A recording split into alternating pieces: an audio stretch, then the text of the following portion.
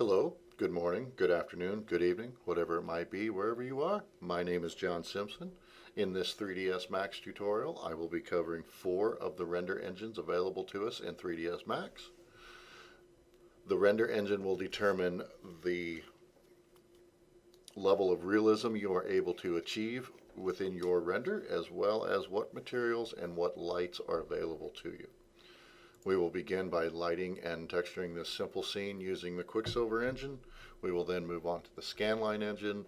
We will take a quick look at the Art and the Arnold render engines, all of which come standard with 3ds Max. To set our render engine, we click on the teapot with the gear, or we press F10 on our keyboard. That is going to bring up our render dialog box.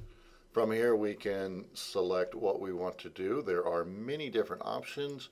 We want to make sure that we're set to production rendering mode, as well as, for this particular case, the Quicksilver hardware render engine. Some of the basic common items that you will see on every render engine are going to be listed under the Common tab. So we have our time output, single active time segment, or range. If you're rendering in animation, you're going to render out either an active time segment or a range of animation or a range of frames. The area in which you're going to render, you generally leave this set to view, and that is going to be whichever viewport has the yellow dialog or the yellow box around the outside of it. Below that we have our output size. Many different options. If you're rendering for something specific, I'm sure that they will tell you. For our purposes, we're going to leave it at custom, 800 by 600, just for time reasons. Rendering can take a long time. We want to render fairly small, and I want to get through this tutorial. Below that, we have render output. I'm going to go ahead and click where it says Files, where I've created a folder called Render Output in my project folder, and this is where I would set my format. So we're just going to go ahead and call this Quicksilver. Throw an underscore at the end of it. It will add the frame number at the end of every image. So here I have some decisions to make. You can render straight video. I don't recommend doing that. I generally render JPEG files, but that is completely up to you, whichever one you wish to do.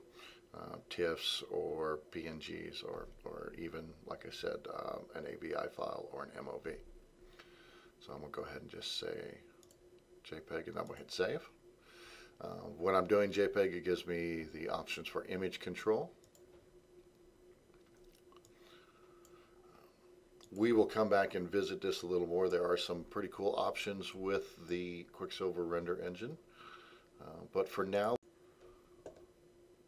right, so I'm going to go ahead and bring up my material editor by pressing the M on my keyboard.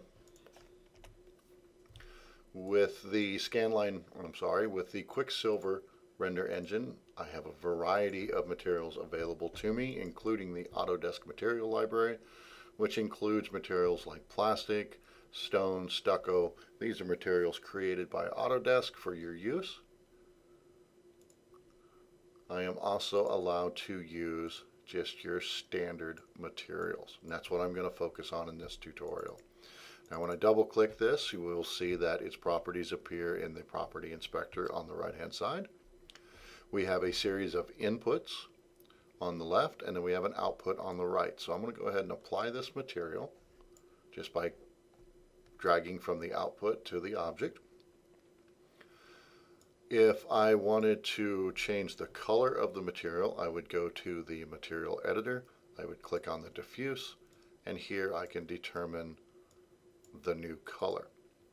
Below that we have specular highlights. Specular is the shininess or the metalness of the object. So a higher specularity, the harder or the more metal the object is going to be. Generally with a high specular level, you also have a high glossiness level. That's going to tighten up the specular. I'm going to go ahead and zero those back out and make this a matte material. I don't want it to be super specular. But let's say instead of a color, we wanted to add an image. Say we've created a material in Photoshop, or we've gotten one off of textures.com. I'm going to plug that into my diffuse color. So now to do that, I drag from the input I'm going to release somewhere in the work area, and for this case I'm just going to select the checker.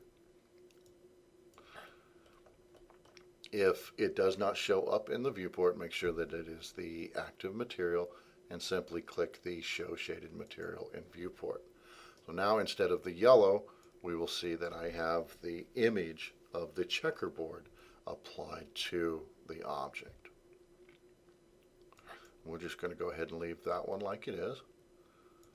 Let's create another standard material for the cube this time. And so let's go ahead and name these. That's a good habit to get into. So plane. Call this cube. Now on this one, I am going to just go ahead and leave this as a color. We're going to make it a nice red.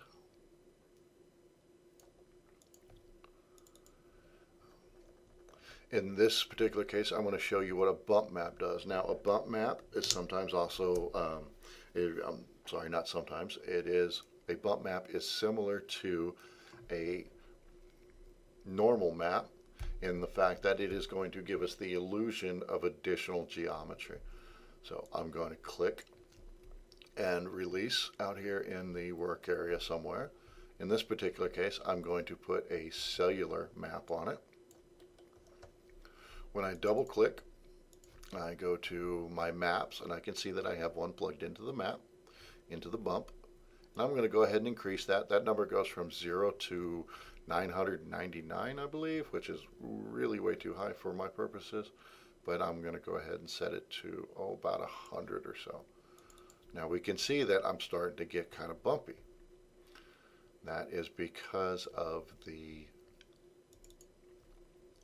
pattern that the cellular noise is creating. We're going to go ahead and drop that onto the cube. Now this particular map will not show up in the viewport, but if I do a quick render, we can see that the cube itself is starting to have a little bit of a texture to it. Kind of like a stucco wall, possibly. Let's go ahead and increase that a little higher. Let's make it 250.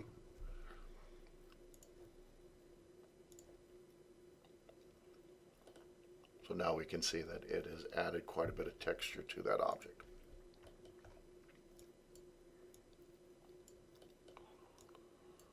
Let's go ahead and create yet a third material. Again, we're just working with standard materials for this tutorial. Going to make my teapot a nice green color.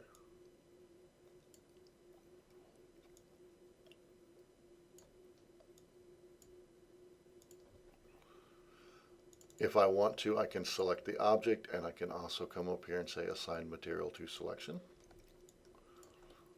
Finally, let's make one more.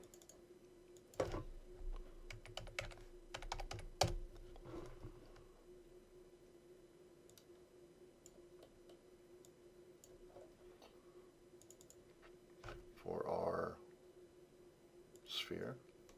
Let's go ahead and apply that real quick.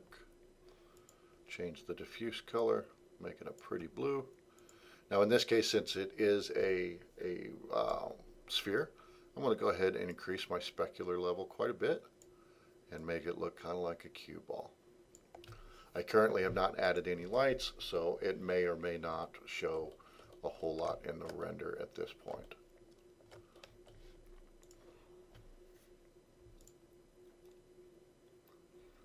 So we can see we've very quickly created four materials and added them to the objects in our scene. We currently do not have any lights in our scene. By default, there are some basic lights. They do not cast shadows. With the Quicksilver engine, we are going to use standard lights. So I'm going to click on the standard option.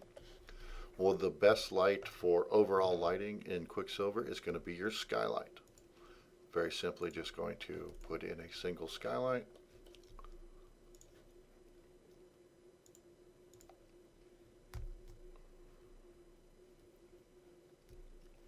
And so now I'm starting to get some pretty good lighting going there. just real quick. Now, you'll notice that I can see right through the teapot. If you notice right here, I can see right through the teapot. That's because the teapot doesn't have any material on the inside of it. So again, if I press M real quick, double click to make the teapot material my active material. With the standard material, I have the option for making it two-sided. If I were to render that again real fast, we would see that now I no longer see through the teapot. The skylight's good for overall lighting, but if I want some nice shadows and things like that, then I need to do even more. Now, a good lighting setup, no matter what engine you're using, is called a three-point lighting setup. To do this, I am going to use very simple lights. I'm going to use target spotlights. We have different lights available to us. A spotlight does pretty much what it sounds like. It's going to be a spotlight. A direct light is good for simulating light from the sun, and an omni is a light that sends it in every direction. I like to keep my light pointed where I want it to go, so I use target spotlights quite often. Just click and drag to create a light. If I jump over to my modify panel, we'll see that we have a lot of options for our lights here. These are just, again, standard lights. One of the first things I want to do is I want to make sure I turn on my shadows. We're going to have many different options for shadows. I do not have the time to go into all the details for all of these. Ray trace shadows are a good option. They're going to be very crisp. They're going to look very nice. Next option we have is for intensity, color, and attenuation. So we have the multiplier. That's going to determine how bright the light is. I'm going to go ahead and leave that set for 1. I am going to change the color. I tend to do cool lights in the front and a warmer light in the back with my three-point lighting setup. So I'm going to set this so it's got just a tint of blue to it. Kind of a nice cool color.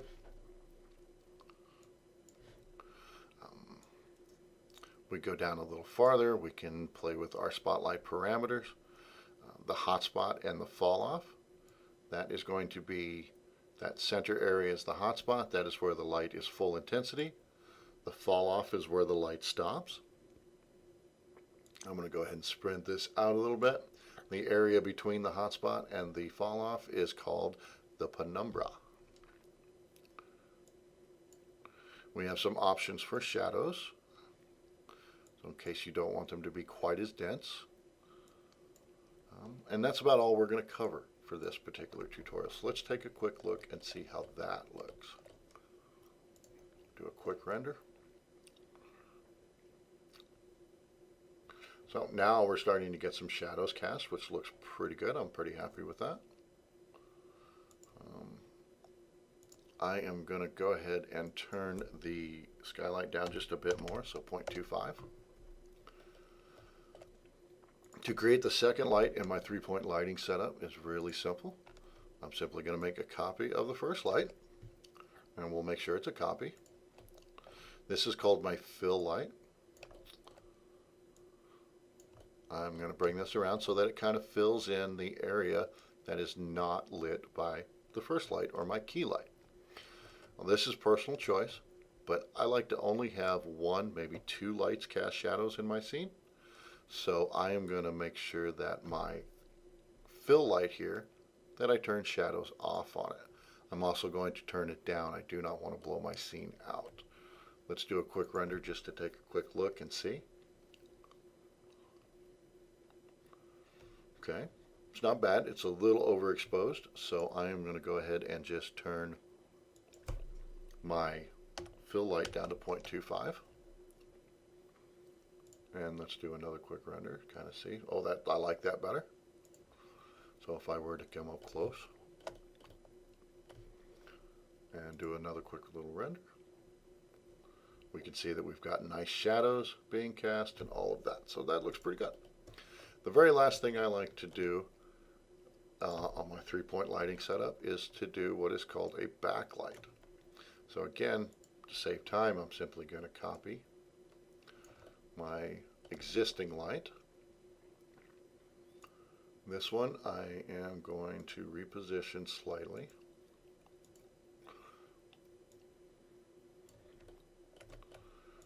grab the light itself. Now, I like to do a little warmer light from behind, so we're going to give that a little bit of a red tint. Again, I do not like that one to cast shadows, and it doesn't need to be very bright. It simply is going to fill in the back just a little bit and make it a little brighter. So let's give that a quick test render. Okay, so now that I've got all of my lights into place, let's go ahead and do a quick render. Overall, I'm pretty happy with the way that looks. We've got some nice highlights on our ball. We've also got some nice shadows being cast by our lights, and nothing is completely black.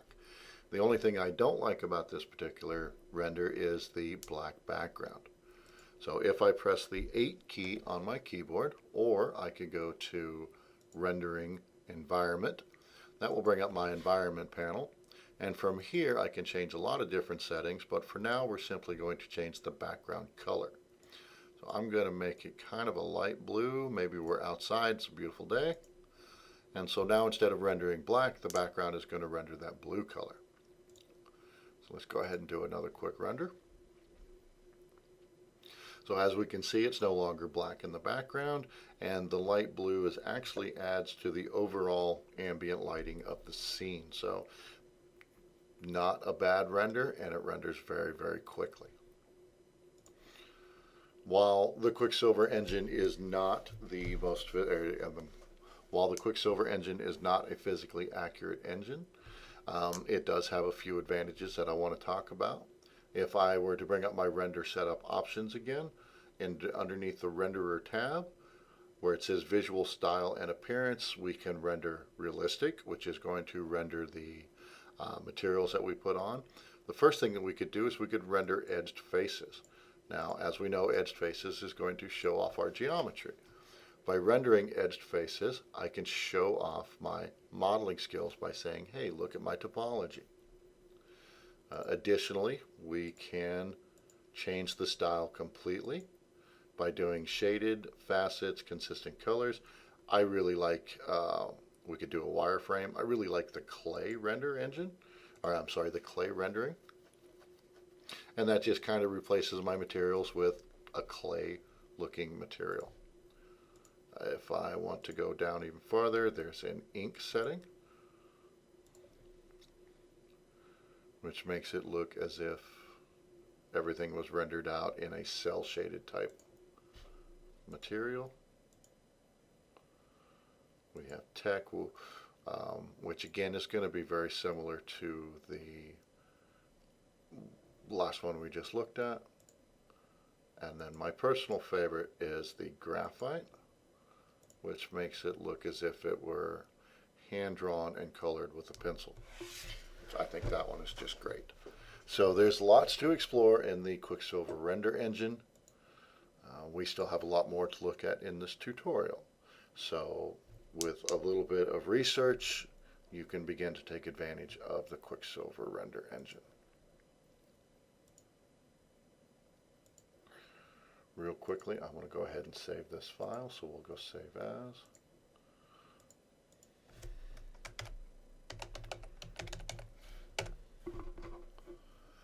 In the next one we are going to look at is the scanline render engine. Okay, so next we are going to look at the scanline render engine. The scanline render engine is a little more versatile, a little more powerful than the Quicksilver engine. You could use either standard materials or physical materials with the scanline engine, as well as using standard lights or photometric lights. The difference between standard and photometric lights are based on real-world lights, therefore they behave like real-world lights. Sometimes that can be a bonus, sometimes that can be a hindrance.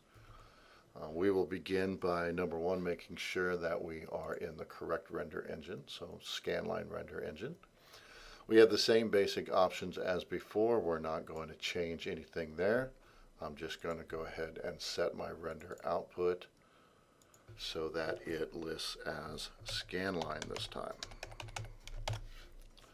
And we are going to go ahead and do that as a JPEG image again. Say OK. To begin with, let's look at the materials that we'll be using. So like I said, we could use either standard materials or the physical materials. Since I've already covered standard materials, we're going to look at the physical materials. The physical material is a real-world material. There are a couple of things that you need to know about this to begin with. When you first create one, where it says material mode, you're going to want to change that from standard to advanced. And what that does is it simply separates your base color from your reflections. So if I change this back to standard, we'll see that we no longer have the reflections. It says base color and reflections is all controlled by one. If I set that up as advanced, it separates those two and it allows me to control the reflections. By default, our physical materials are set to be completely reflective. That can add an awful lot of time to your render time.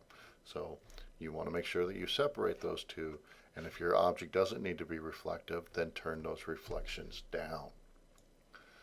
So we have, again, our list of inputs on the left-hand side, our output on the right-hand side.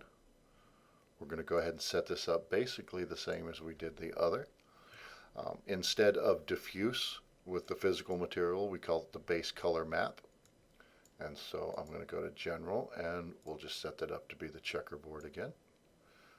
Let's go ahead and make sure that it shows in the viewport. So there we have it.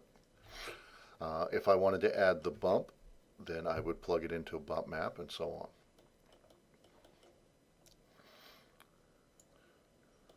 With this particular material, we have a lot of different options. Clear coat, base color. Again, that's going to be overridden by the map that I've created here and attached. Let's go ahead and make a new one. Let's name this. We'll call this one plain. Bring out a new physical material. Double click to make it active. We'll call this cube. Again, the first thing I want to do is I want to go ahead and change that. Now we do have a number of presets available to us that we could use using the physical material, such as glass. So I'm going to go ahead and set this to be glass, and we'll apply it to our cube.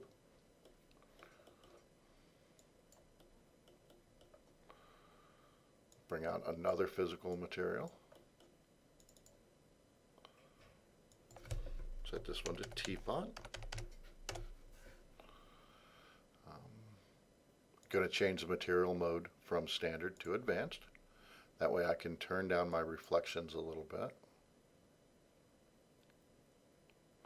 We'll let it be a little bit reflective, just not super reflective. Reflections do add to your render time. So let's go ahead and make that a nice pretty green color, maybe a little darker. There we go. Then we could play with things like the transparency, the subsurface scattering. You can read all about that. That's basically if you're going to create something like skin, you want to have a certain amount of subsurface scattering. And then we'll look at emission on the last one here. So let's bring out one more.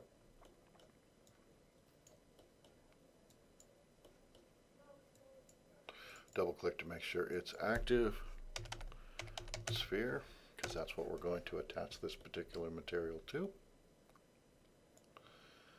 Now, the emission, if I were to increase that, that is going to be, it is going to create light and add it to the scene.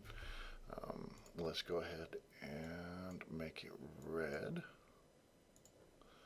I'm going to change from standard to advanced so that I can turn down my reflections.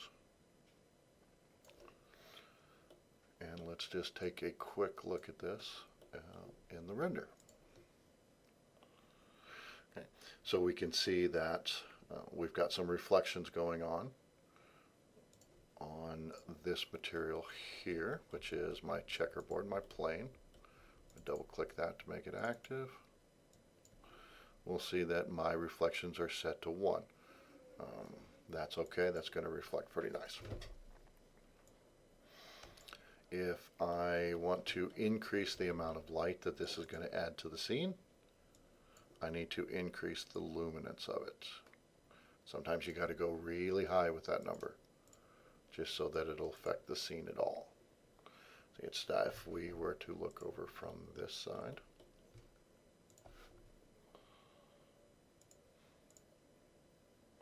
we can see that it's being reflected there as well. Now the nice thing about some of those presets, it's actually refracting properly with the glass material that we created. So there are some advantages to using the physical materials. And like I said, they are physically based, so they're going to be more accurate. So let's look at lighting now a little bit. We could use either standard lights or photometric with the scanline render engine. I am going to go ahead and just put in a target light. Now anytime I use a photometric light, I'm going to get this message that says we need to use logarithmic exposure control. Generally when Max suggests that you do something, I suggest you just say yes. If I press the 8 key on my keyboard, we will see that now that brings up my environment again. My exposure control is set to logarithmic. If I press the render preview, we can kind of see a little preview of what that image is going to look like. So let's go ahead and add my target light.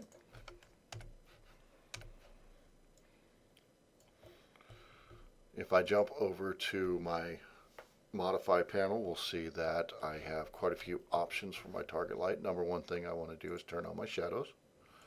And then I'm going to come over and I'm going to change those to ray trace shadows. That's just personal preference. I could change the color of the intensity and so on. There are also templates that I could choose from. So if I want to say this is a 100-watt bulb, I can say it is a 100-watt bulb. Do a quick render. So we can see we're actually getting more light from the luminant material than we are the actual light itself. Now again, I just want to mention that the photometric lights are based on real-world lights. Therefore, they're going to behave like real-world lights. I'm going to turn the shadows off for this particular light because, again, this is my fill light. And it's simply there to fill in the scene a little bit. And let's change this. Now, we're using Kelvin. When we use a low number with Kelvin, it's going to be red. If we use a higher number, it's going to be more blue. So we're just going to go ahead and drag these up till it's nice and blue, because again, I like to have a cool lights in the front and a warmer light in the back. Okay, so now we're starting to get some nice little lighting going. That looks pretty good. Let's go ahead and drag out one more of these.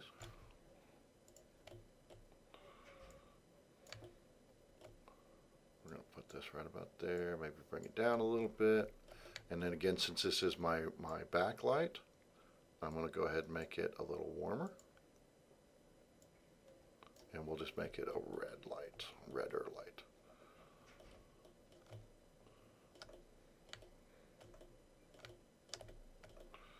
So let's see what that looks like. Again, the strength of this render engine is it renders very, very quickly. Boom. So much faster than the art renderer or the Arnold renderer that we've used so far in class. All right, the very last thing I'm going to do is I'm going to hit I'm going to hit 8 on my keyboard, and I'm going to go ahead and change that background color again. And every time I do this, it is going to add to the overall ambient light. If I do a render preview, I am going to bring that back just a little bit. I'm not really digging where it's at.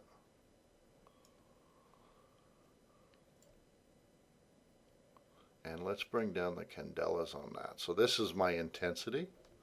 So that's how bright the light is going to be. Okay, so because of that now, I've really overblown my scene. So I may not be able to do that particular thing with this. So let's go ahead and just darken that up.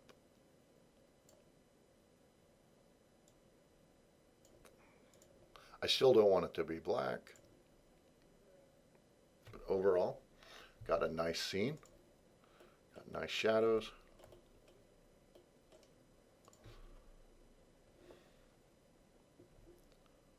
beautiful? So here we have the same scene as before, but we are going to use the art render engine. We have a few options here that I'd like to talk about. Again, most of your common options are going to stay the same, but with the art render engine, we have options that make it very easy for us to control the quality of our render. By default, it is set to draft. You drag that up, it is going to increase the decibel count. The decibel count is how high the quality is going to be. For most things, medium would probably be fine. If you were doing something very high end, then you would want to drag it up even higher. Additionally, we have a noise filtering about halfway down under the Art Renderer tab. Simply tick that, and then this is going to add a layer of smoothing to eliminate some of the noise that is inherent in the render engine. Let's go ahead and hit M to bring up my material editor. And of course, now with the art render engine, it is a photorealistic renderer, so we have to use the physical materials with it. We're not allowed to use standard materials like we did with Quicksilver. So again, same options as before. I want to make sure that I switch that from material mode standard to advanced. I do have a number of presets up here that I could choose from. But for the most part, I'm just going to make these different colors. So if I were to drag this down, put it on there.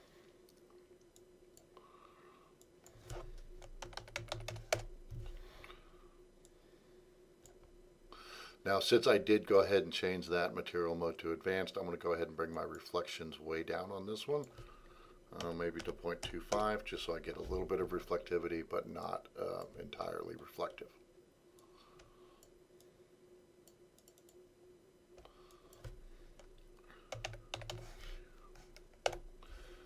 On the cube, I think we will do the same thing. So advanced, set those reflections down to 0 this time. Let's go ahead and apply that material.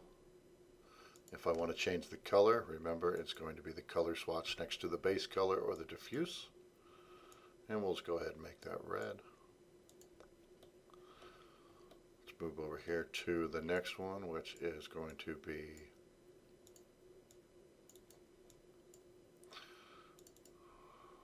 for the teapot.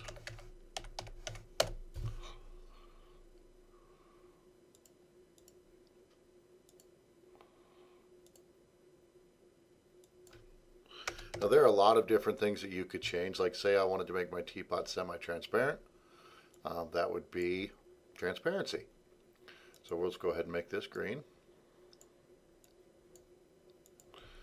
And I'm going to increase the transparency up to about 1. Actually not 1, that would be entirely transparent. So we'll say 0.88. So now it's going to have kind of a transparent look to it. Let's go and bring that down just a little bit. It's like there we go, 0.54. And then finally for the sphere, let's go ahead and double click that.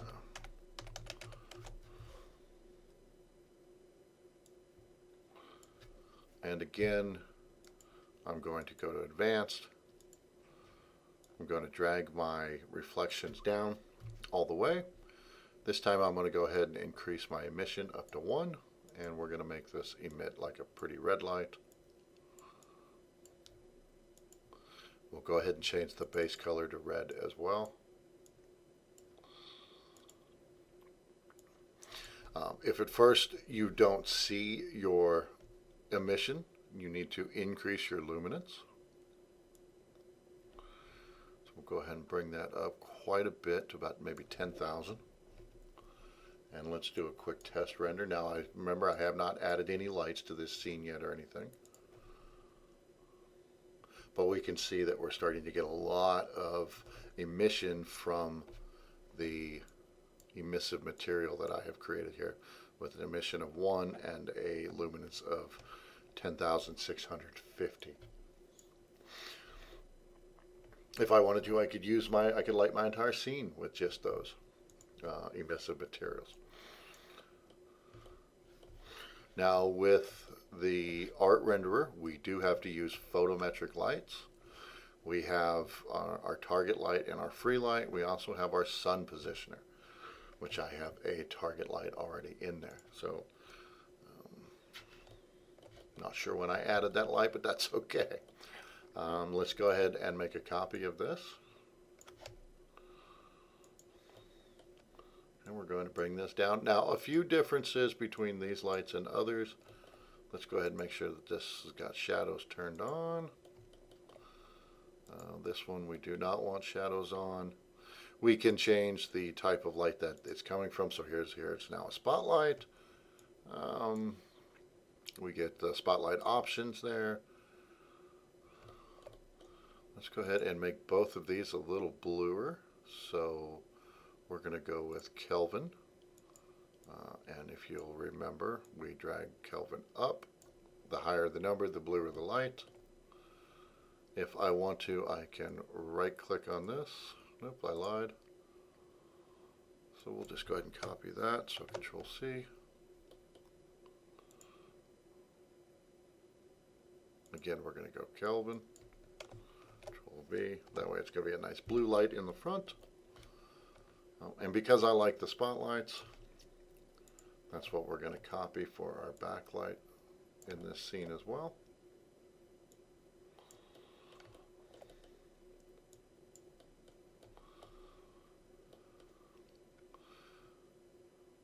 Except I'm going to drag that number down to about 1,000, which will make it quite red. And let's do a quick test render to see how that's looking. It's not too bad, not too bad at all. The only other thing that I might possibly do in this scene would be to press 8 to bring up my environment and effects. And let's go ahead and give ourselves a nice blue background. See how that looks. Extremely bright, but that's okay.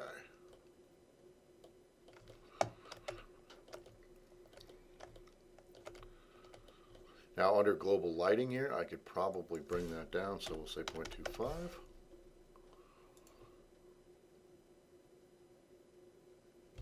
Still a little bright for my taste, but like I said before, lighting is a series of tests, and does this work, does this not work? Every scene that you light will be different. There is no one size fits all when it comes to lighting. I'm going to go ahead and just darken that up a bit.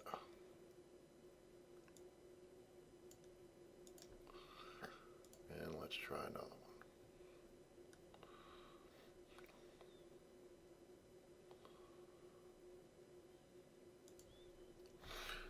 one. All right. Another alternative, I'm going to go ahead and save this real quick. So let's save this as file, save as. Since I'll probably be opening these in earlier versions of Max, I'm going to target an earlier version of Max. And this is my art render engine finished 001. Another alternative, though, is for us just to put in a daylight system. So let's go ahead and open the original scene. So art engine. And this time, instead of putting in individual lights, I'm simply going to put in the sun positioner. Now, the sun positioner emulates having an actual sun. So when I jump over to my properties inspector, this is where I can change a lot of different settings, such as the time of day it is. Now, the default is going to be noon. We're going to go to like 6 p.m. or 6 a.m. I should say. So real quick, like I'm going to create some basic textures. Not going to do a whole lot with these because I kind of want to get through this tutorial. One thing I am going to do is turn down those reflections simply because I do not want everything to be so reflective. And then we'll just do an RGB setup for our three objects. So red, Now, if I shift drag the material, it will create a copy of it for me, which is kind of nice. So we're going to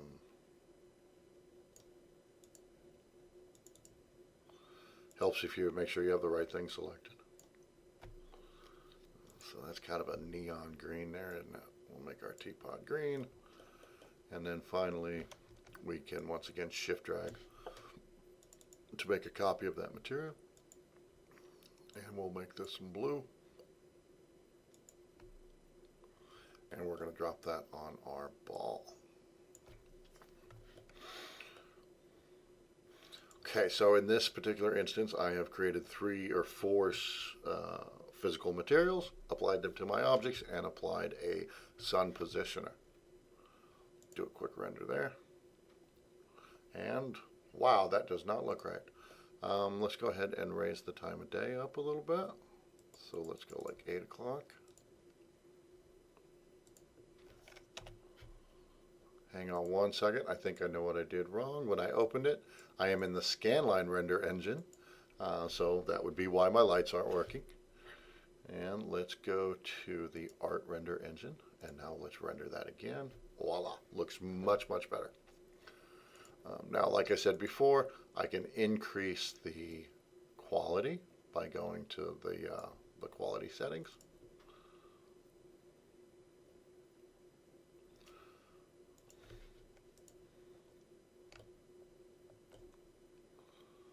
Let's do one more.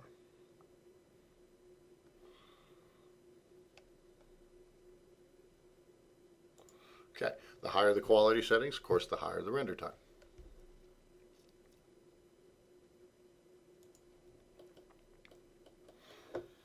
All right, so that's it for our look at the art render engine. There is a lot more to learn about this, but hopefully, like I said, this gets you up and going. That's what I am interested in with this tutorial.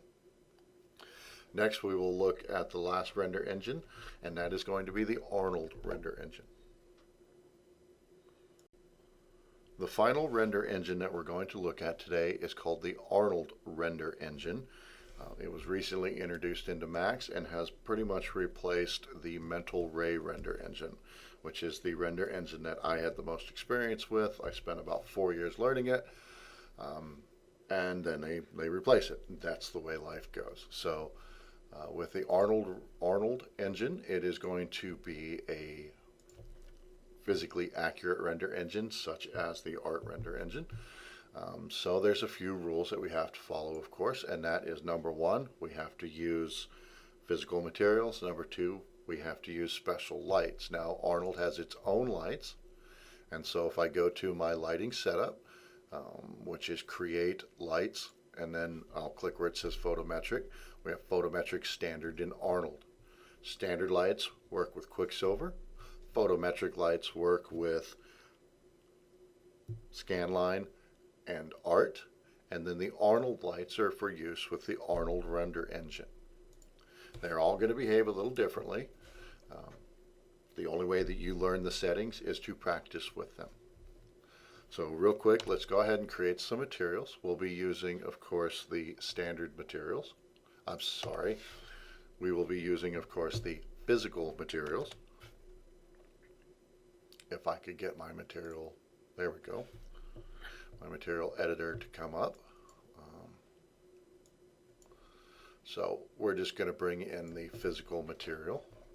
Now while I have this open, if I double click on this, we will have the presets that we always have, but if I want the presets to work in Arnold, I need to go to the system rollout, and I need to take the Legacy 3ds Max support. If I don't do that, then the pre-built textures, pre-built materials will not function properly. So anyway, that's under System and Legacy 3ds Max support.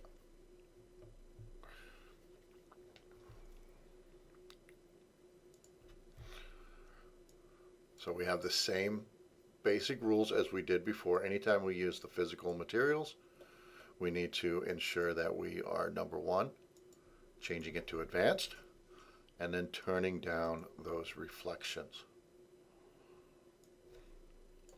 Reflections are nice, but they cost you in render time, and not everything is super shiny. Not everything is super shiny all the time. So I'm going to go ahead and give that just a little bit of reflectivity, and then we will make it a nice, like, maybe beige color. There we go. To save time in this tutorial, I'm just going to shift drag and create a new material. This one we will make red.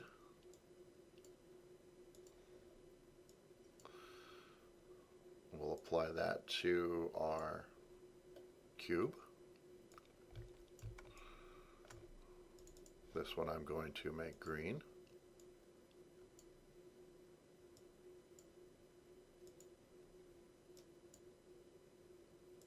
We'll apply that to our teapot. And then finally, the last one we will make blue.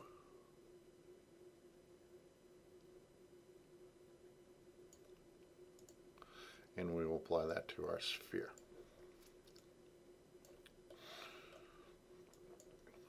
So let's go ahead and take a quick look at that render without any lights in it. Doesn't look good, doesn't look good at all. So let's go ahead and create some lights. So with the Arnold render engine, like I said, we have to use the Arnold light. There's only one to choose from. And we'll just go ahead and click. I want to redo that. So, and then drag it down. That's fine. Let's go ahead and position this light where we want it. It comes with a target. So I'm just going to point the light directly at my middle object, and then we will position it up and over just a little bit, like we've done with our 3-point lighting setups. If I jump over to my modify panel, this is where I get all my options. I can change my colors. There's a preset, so I could say it's a particular light. It's you know, fluorescent light, daylight, halogen light, so on. I'm just going to go ahead and select a color.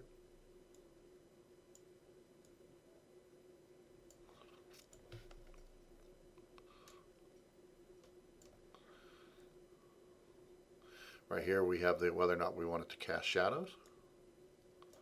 By default that is on, so that's a good thing. Now we can determine what kind of light is going to be emitted here by where it says emit light from type. I could do it from a point, a distant, a spotlight, a quad. Quad works pretty well. Think of that as just a large plane that produces light. Let's go ahead and see what this looks like. So awfully dark at this point. I need to increase my intensity. Probably wouldn't hurt to increase the size of my quad as well. So I'm going to go ahead and increase my quad, pretty much double it, make it 4x8. And if I scroll down here, I can see my intensity. So we'll go ahead and set the intensity to 5. Going to need to increase it quite a bit more than that. Let's go ahead and increase the exposure to 12, which is going to give me a resulting intensity of 20,480. So now we're starting to get enough light in there. That's good. Again, 3-point lighting setup is a good way to do things. So I'm going to bring that in a little bit.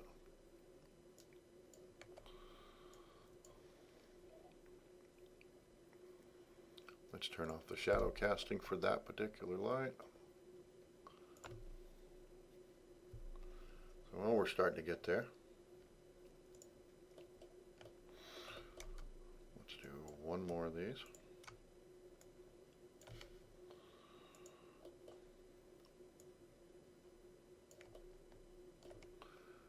I might change the,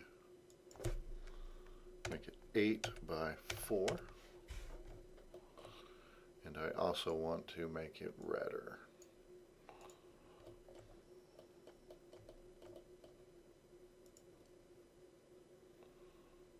Maybe back that up just a little bit.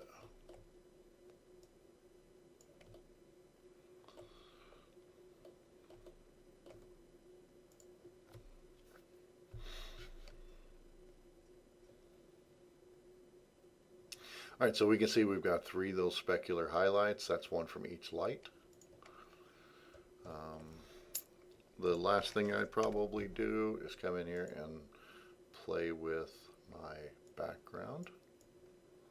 Gonna make that kind of bluish. Depends on what your scene is. Obviously, your scene takes place at night. You wouldn't want to make sure that, you wouldn't make the background blue. You would probably leave it as black. And so there we go.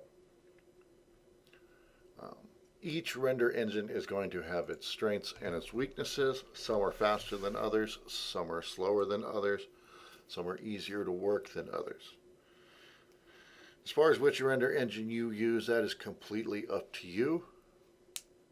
But I recommend that you experiment and play with all of them and figure out which one you like best. Alright, well, I hope this tutorial was helpful. Come back and see me again sometime.